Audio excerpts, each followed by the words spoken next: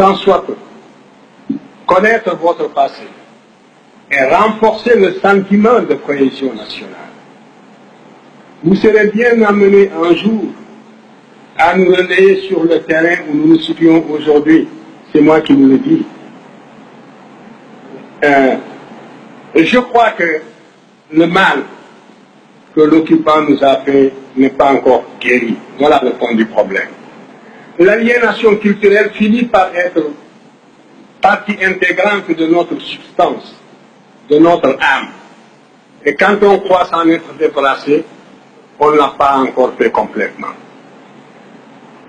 Souvent, le colonisé ressemble un peu, ou l'ex-colonisé même, ressemble un peu à cet esclave du 19e siècle, qui, libéré, va jusqu'au pas de la porte, et puis revient à la maison parce qu'il ne sait plus où aller.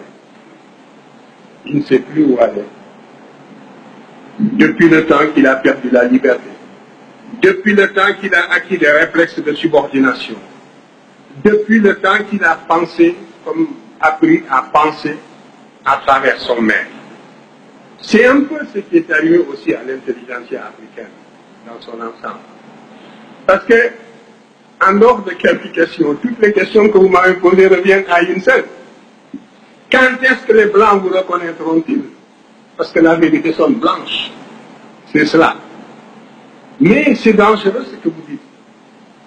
Parce que si réellement l'égalité intellectuelle est tangible, l'Afrique devrait, sur des thèmes controversés, être capable d'accéder à la vérité par sa propre investigation intellectuelle, se maintenir à cette vérité jusqu'à ce que l'humanité sache que l'Afrique ne sera plus frustrée, que les idéologues perdront leur temps parce qu'ils ont rencontré des intelligences égales qui peuvent leur tenir tête sur le plan de la recherche de la vérité.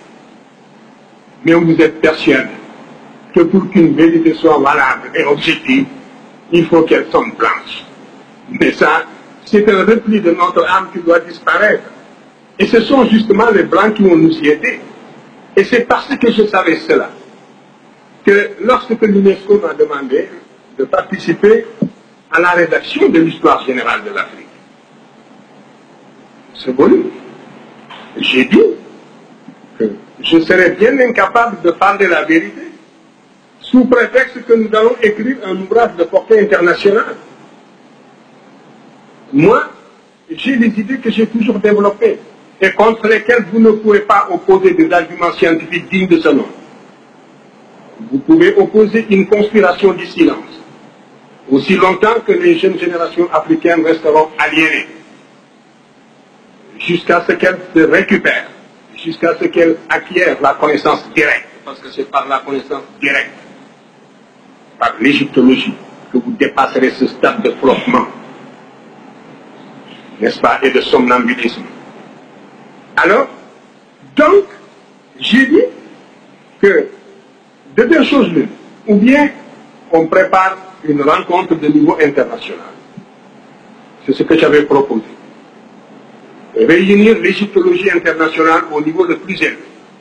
Et surtout tous ceux qui sont opposés à mes thèses.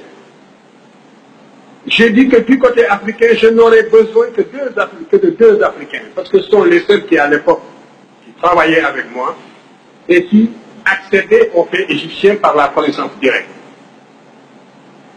C'est très dangereux, la connaissance indirecte, parce que vous le voyez bien, vous n'arrivez pas à vous faire une opinion personnelle. Il faut passer par l'appui d'une autorité, et cette autorité vous refuse son appui pour des raisons idéologiques, et vous tournoyez. Donc, vous ne pourrez sortir du cercle vicieux que par la connaissance directe. Vous pétillez tous d'intelligence, mais il faudra accepter de fournir cet effort qui vous conduit à la connaissance directe, et nous en reparlerons. Alors, moi j'avais dit donc que je n'ai besoin que de deux Africains qui, avec moi, ont accédé à cette connaissance directe. Et donc, vous pourrez augmenter le volume de la délégation européenne et mondiale. Nous n'avons pas besoin d'être plus de 3. Alors, convoquez donc tous les égyptologues que vous voudrez, les plus acharnés contre nos thèses. Nous en débattrons en toute sérénité. Je vous garantis le climat de sérénité des débats. les débats ne seront pas limités, ils dureront aussi longtemps que nécessaire, en Égypte même, au Caire. Et à la suite de ces débats, on rédigera un document de portée mondiale, de portée internationale. Et suivant la teneur de ce document, on saura de quel côté penche la balance. Si les conclusions de ce document me permettent de continuer, de participer, je participerai alors à l'ouvrage et j'utiliserai mes idées intégralement.